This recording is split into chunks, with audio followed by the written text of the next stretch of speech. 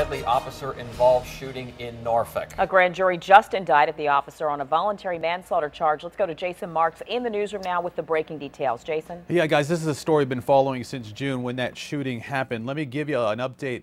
First of all, the special grand jury that started meeting on Monday has indicted that officer, the Norfolk police officer, of one count of voluntary manslaughter. Now, just to give you a little background here, it was in June when family members called 911 because Latham had a knife. Now, he was threatening his brothers, according to family. When officers arrived to Latham's home on West 30th Street, police say he was blocking the doorway to the home. Now, police say he refused to drop the knife and threatened an officer. That's when an officer fired his gun.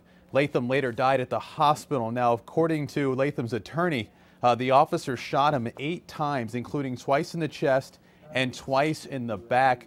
Obviously, a situation, especially dealing with the national climate, that we're following very closely.